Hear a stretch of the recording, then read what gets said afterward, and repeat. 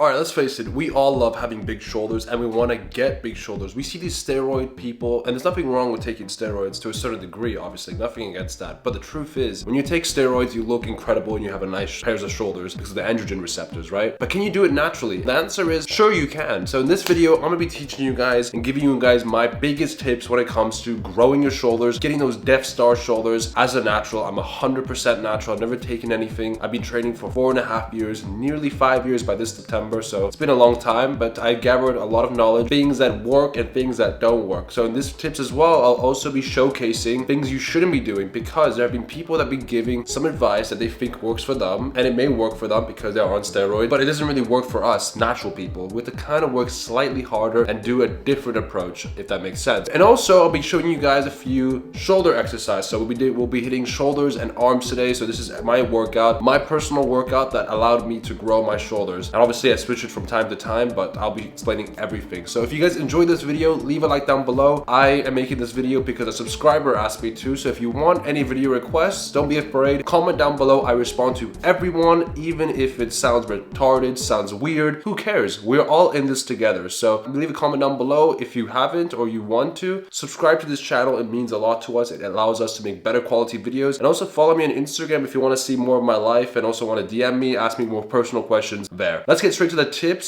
So let's do it.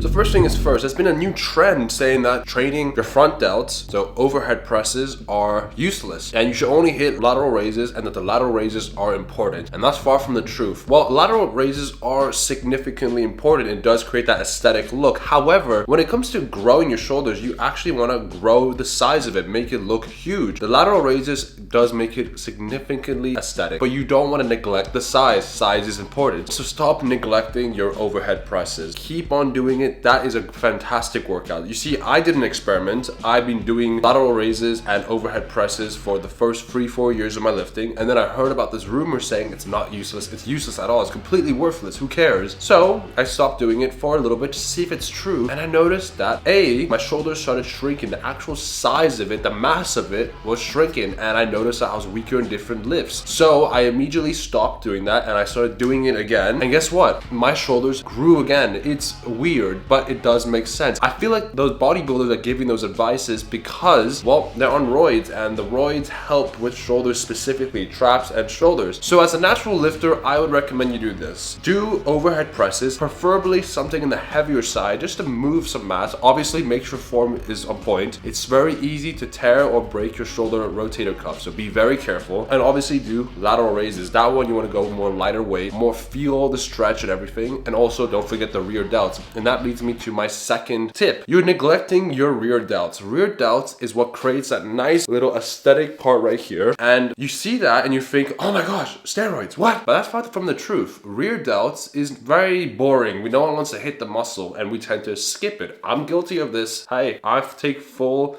I'm not gonna lie, I skip it sometimes, but that actually creates the really aesthetic part that gives you that steroid look. So I'll be obviously showing you a few rear delt exercises that you can do. Keep in mind that I'm training in my home gym, so I don't have all the equipment I want, but that makes it fun. You guys can copy me. If there's machines, take the machines. So that's actually my second tip. So don't skip the rear delts, don't skip the lateral raises, and don't skip the front delt exercises. That's what creates mass. Speaking of which, let's talk about the workouts that I think are important, which leads me to my third tip. Obviously, I'll give you guys a more visual approach to my workouts when I actually work out, but when it comes to actual workouts that work well for me, here's what I do. So I always start off with some sort of heavy overhead press. This could be the military press. This is what I love. It's personally one of my favorite ones. It's just because you can load up a lot of weight and it just feels nice. I feel safe doing it. If something is wrong, I just slam the barbell on the ground and that's it. Another approach is dumbbells. So dumbbell overhead press, when you're doing your dumbbell overhead press, I like to keep the bench like this, maybe I think it's 65 degrees to 70, close to 90, but don't keep it too high. You don't want to injure yourself.